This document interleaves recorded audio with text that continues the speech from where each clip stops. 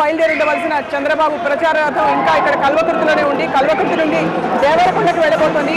ఉదయం అంతా స్థానిక కార్యకర్తల్ని నాయకులని ఉత్తగిస్తూ ఆయన గడిపారు. అదేవిధంగా రాష్ట్ర వ్యాప్తంగా అన్ని నియోజకవర్గాల్లో అనుసరిస్తున్న వ్యూహాన్ని టెలికాన్ఫరెన్స్ ద్వారా నేతలతో చర్చించారు.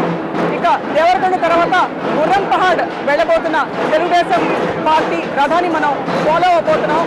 చాలా కాన్ఫిడెంట్ గా కనిపిస్తున్నారు. మహాకూటమి ఎట్టి పరిస్థితుల్లోనైనా సరే ఈసారి గెలిచి తీరుతున్న ఒక విధమైన కాన్ఫిడెన్స్ ఆయన మొహంలో కనిపిస్తోంది. ముందు ముందు కూడా చూడబోతున్నాం ప్రజల స్పందన ఏ విధంగా ఉందని చెప్పి.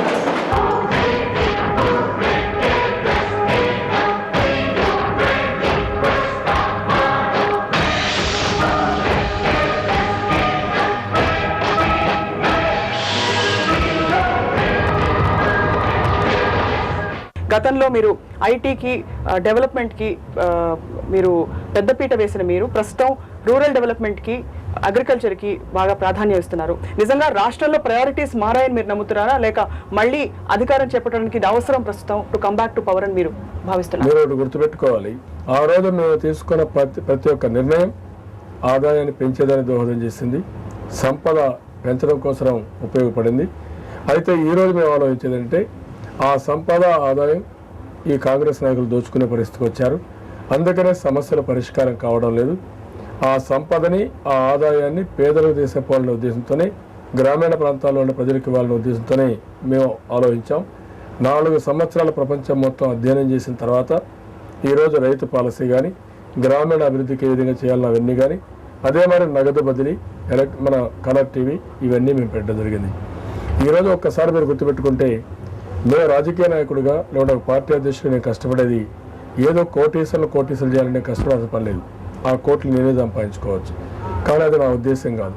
పేదరికం లేని సమాజాన్ని చూడాలనే ఉద్దేశంతోనే మేము అందరం పనిచేస్తున్నాం. ఆ రోజు ఎన్టీ రామారావు గారు పనిచేసిన, ఈరోజు నేను పనిచేసిన ఆ ధ్యేయంతో ముందుకు పోతున్నాం. తప్పకుండా అది సాధించి తీరుతాం. మొదటి నుంచి గత 4-5 సంవత్సరాలు మీరు వైఎస్ ప్రభుత్వం అవినీతికి పాల్పడిందని ఆరోపిస్తూ జలయజ్ఞాన్ని కూడా ఎండగట్టారు. జలయజ్ఞం మీరు అధికారంలోకి వస్తే ఎంతవరకు ఏవేవి కంటిన్యూ చేసే అవకాశాలు ఉన్నాయి? ఇవన్నీ కూడా ఎప్పటికప్పుడు సమీక్ష చేసుకుంటాం. ఈ ప్రాజెక్ట్స్ ఏవైతే ఉన్నాయో అవినీతి లేకుండా నాణ్యమైన ప్రాజెక్ట్స్ కింద ఏ విధంగా చేయాలో మేము ఆలోచిస్తాం. ఈరోజు అన్ని నాసిరకం ప్రాజెక్టులు, అవినీతి ప్రాజెక్టులు తయారైనాయి. ఇవన్నీ స్ట్రీమ్ లైన్ చేసి క్వాలిటీ బాగా పెంచి ఎక్కడికక్కడ పకడ్బందీగా ఏమేమి చేయాలో అవన్నీ చేస్తాం. అండ్ ప్రస్తుతం జరుగుతున్న ఒక మేజర్ ట్రెండ్, ఎన్టీ రామారావు గారి ప్రస్తావన తీసుకొస్తూ అన్ని రాజకీయ పార్టీలు ఇవాళ ఎన్నికల ప్రచారానికి వెళ్తున్నాయి. ప్రజారాజ్యం పార్టీ అధినేత చిరంజీవి ఎన్టీఆర్ బాటలో నడుస్తుందని చెప్తున్నారు. తెలుగుదేశం పార్టీ ఫౌండర్ అవ్వడంతో ఎన్టీఆర్ ఉండనే ఉన్నారు వెనక ఒక అండగా. ప్రస్తుతం కాంగ్రెస్ పార్టీ ప్రచారంలో కూడా వైఎస్ పదే వెన్నుపోటుని ప్రస్తావిస్తూ ఎన్టీఆర్కి జరిగిన వెన్నుపోటు, ఆయనకు అన్యాయం జరిగింది, ఆయన మహానుభావుడు అన్న తీరులో ముందుకెళ్తున్నారు. ఎన్టీఆర్ ప్రస్తుతం అన్ని రాజకీయ పార్టీలకి his become the brand ambassador. దీనిపై మీ కామెంట్ ఏంటండి? మీరు ఒక్కసారి చూస్తే అందరూ కూడా ఎన్టీ రామారావు గారి యొక్క నామస్మరణ చేయడం చాలా సంతోషం, అభినందిస్తున్నాను.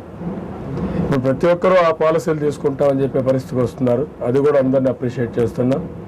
120 సంవత్సరాలు చరిత్ర కలిగిన కాంగ్రెస్ పార్టీ కూడా ఎన్టీ రామారావు గారిని తలుచుకోవడం, ఆయన పొగడం అంటే ఆయన పొగడకపోతే మాకు ఏమాత్రం కూడా ఓట్లు గిట్టుబాటు కావనే పరిస్థితికి వచ్చేశారు.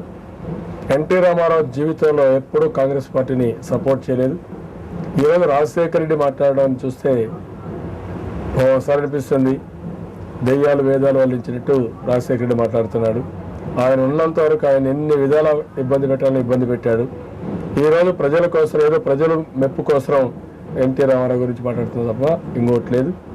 ఇవన్నీ కూడా ఒక పక్క చూస్తే ఎన్టీ రామారావు గారు ఉన్నప్పుడు రాత్రి ఇంటికి పోయి అర్ధరాత్రి 12 గంటలు బయట రమ్మని చెప్పి డిమాండ్ చేయడం, సెక్రటరియట్ పోతామంటే చాలా సభ్యంగా మనుషులు తీసుకొచ్చి అడ్డం పడుకుంటే ఎన్టీ రామారావు గారు అక్కడే కూర్చోబెట్టే పరిస్థితి. ఆ జిల్లాకు పోయి జిల్లా సమీక్షా సమావేశాలు బయట వస్తే ఇక్కడి నుంచి కదలకూడదని చెప్పి అడ్డంపడ్డ పరిస్థితి. ఇలాంటి నాయకుడు మాట్లాడడం చాలా బాధేస్తుంది. ఆయన ఏదో అనుకుంటున్నాడు, ఆయన ఏదో స్వచ్ఛందంగా కాంగ్రెస్ పార్టీలో పుట్టినట్టు పెరిగినట్టు అనుకుంటున్నాడు. ఈయన 75లో వచ్చింది రెడ్డి కాంగ్రెస్లో గెలిచి ఆ నుంచి రాజీనామా చేసి కాంగ్రెస్కి వచ్చారు. ఆ రోజు ఈయనున్న కాంగ్రెస్ పార్టీ ఇందిరాగాంధీ వచ్చి బట్టలు మార్చుకుంటామంటే గెస్ట్ హౌస్ ఇవ్వని పరిస్థితి. ఈయన నీతి మాట్లాడుతున్నాడు. ఇవన్నీ కూడా రాజకీయ అవకాశవాదం తప్ప ఇంకోటి కాదు. అదే మరి చిరంజీవి గారు అయితే ఏ రోజు ఎన్టీ రామారావు గారు సీఎం అయినప్పుడు సరిగా కూడా వచ్చింది కూడా లేదు, సహకరించింది లేదు. ఆయన ఈరోజు ఏదో ఎన్టీ రామారావు గారు బ్రహ్మాండంగా చేశారు, నేను కూడా ఆ తరహాలో చేస్తానని చెప్పి మాటలు మాట్లాడే పరిస్థితి వస్తూ ఉంది. ఇవన్నీ ఆయన ఎన్టీ రామారావు గారితో పోల్చుకునే ప్రయత్నం చేస్తున్నాడు. ఎన్టీ రామారావు గారితో పోలికే లేదు. భారీ భద్రత మధ్య చంద్రబాబు తన మీకోసం చైతన్య యాత్రని ప్రారంభించారు. కల్వకుర్తి నుండి భద్రత ఎంత తీవ్రంగా ఉందంటే చంద్రబాబు బస చేసే బస్సులోకి ఎవ్వరికీ కూడా ప్రవేశం లేదు. తీవ్రమైన సెక్యూరిటీ ఏర్పాట్లు చేశారు. TV9 కి మాత్రమే యాక్సెస్ ఇచ్చారు. ఇవాళ చంద్రబాబుతో కొద్దిసేపు ముచ్చటించడానికి ముందు వెళ్తున్న అక్కడ పసుపచ్చ రంగులో కనిపిస్తున్న ప్రచార రథంలో చంద్రబాబు ఒక్కొక్క ప్రదేశానికి వెళ్ళి ఒక్కొక్క ప్రాంతానికి వెళ్ళి ప్రజలను ఉద్దేశించి మాట్లాడబోతున్నారు. ఇవాళ చాలా కార్యక్రమాలు ఉన్నాయి. ఎన్టీఆర్ విగ్రహానికి పూలమాలతో సత్కరించి ఇవాళ తన యాత్రని మొదలుపెట్టారు. ఎట్టి పరిస్థితుల్లో సరే ఈసారి గెలుపు తమదే అని ఒక ధీమా వ్యక్తం చేస్తున్నారు. మహాకూటమి చాలా బలమైన కూటమి అని చెప్పి ఇప్పటికే మహాకూటమిలో ఉన్న అభిప్రాయ భేదాలని తొలగిపోయాయని చంద్రబాబు చెప్తున్నారు. ఎంతవరకు నిజం? ప్రజలు నిజంగా అదే స్థాయిలో బ్రహ్మరథం పట్టి ఆహ్వానం పలుకుతారా? జూనియర్ ఎన్టీఆర్ బాలయ్య సభలకు వస్తున్న స్పందన ఇవాళ చంద్రబాబుకి రాబోతుందా మనం చూడబోతున్నాం.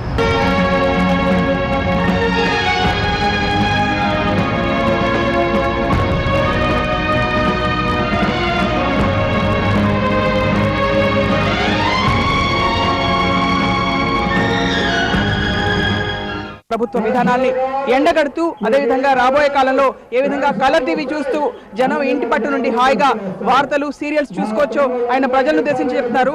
ఇదే ఎండని లెక్క చేయకుండా కూడా స్థానికులందరూ వచ్చి చంద్రబాబు ప్రసంగాన్ని వింటున్నారు. ఎట్టి పరిస్థితుల్లోనైనా సరే ఈ ప్రాంతాన్ని మహాకూటమి కైవసం చేసుకోవాలన్న పట్టుదల ప్రస్తుతం కనిపిస్తోంది. తెలుగుదేశం పార్టీ నాయకులందరిలో కూడా క్యాడర్ ని కూడా మధ్య మధ్యలో మీట్ అవుతూ వెనకాలంటే ప్రచార రథం కొద్దిసేపట్లోనే ఆయన ఎక్కబోతున్నారు. తర్వాత ఏం జరగబోతోంది, ప్రచారం జనం ఎలా రిసీవ్ చేసుకుంటారో మనం చూడబోతున్నాం. రాజశేఖర రెడ్డి గారు ముఖ్యమంత్రి అయిన తర్వాత ఈ రాష్ట్రం మొత్తం భ్రష్టు పట్టింది, అవినీతి పాలైంది, అరాచకాలు కొనసాగుతున్నాయి, పేదవాడికి దిక్కు లేకుండా పోయింది. ఈ రోజు అడుగుతున్నా నేను మిమ్మల్ని, ఈ రోజు మీ అందరికీ చూస్తే ఏ కార్యక్రమాలు కూడా న్యాయం చేయడం లేదు.